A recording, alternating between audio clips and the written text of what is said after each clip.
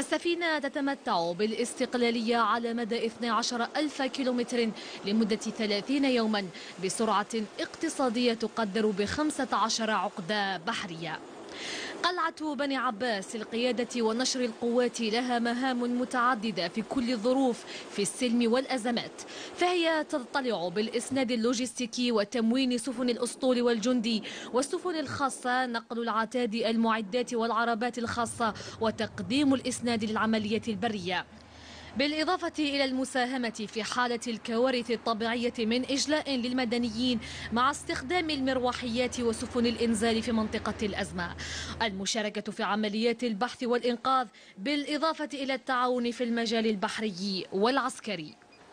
هذه السفينة المكسب كانت محل زيارة السيد الفريق أحمد قايد صالح بعد التدشين والتفتيش، حيث طاف بمختلف أقسامها من منظومات الصواريخ والمدفعية، حيث توقف عندها مطولا مستفسرا عن خصائص كل سلاح ومدى تحكم الأطقم فيها.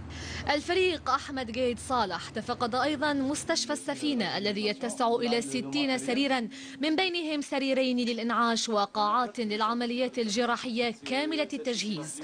كما تفقد نائب وزير الدفاع الوطني رئيس أركان الجيش الوطني الشعبي قمرة القيادة ومركز العمليات القتالية ومركز القوات المحمولة للعمليات البرمائية، إضافة إلى مركز مراقبة الطيران لقيادة هبوط وإقلاع المروحيات. السيد الفريق وبالمناسبة حث طاقم السفينة على ضرورة الصيانة الدورية والحفاظ على جاهزيتها العملياتية.